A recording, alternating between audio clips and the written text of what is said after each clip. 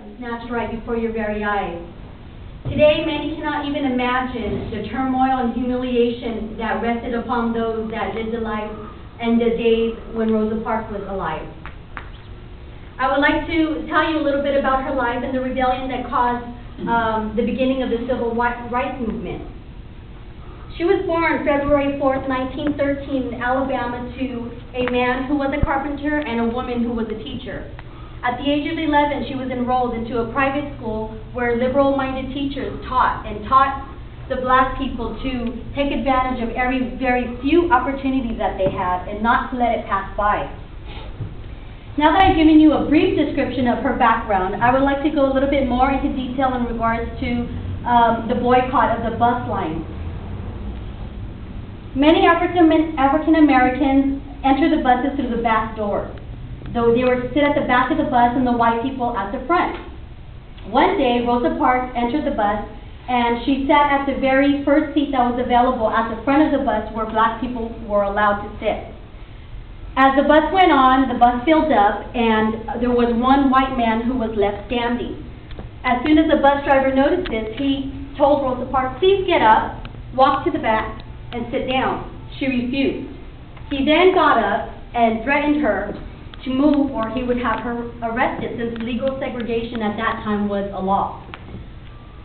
She refused, and he did, in fact, have the police come and have her arrested.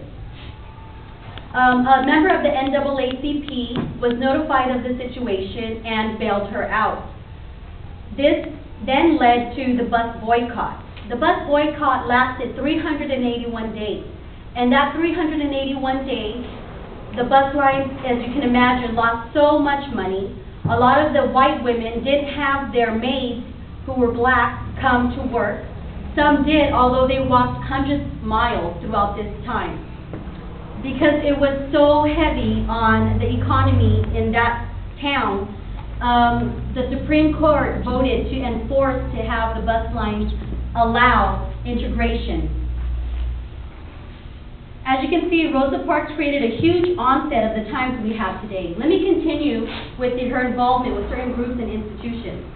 She worked cases with the NAACP backing up black women who were raped and murdered. Although very few she won, they still got the message that the black people were not giving up. Rosa and Raymond Parks founded the South Development Center, where they can take teens onto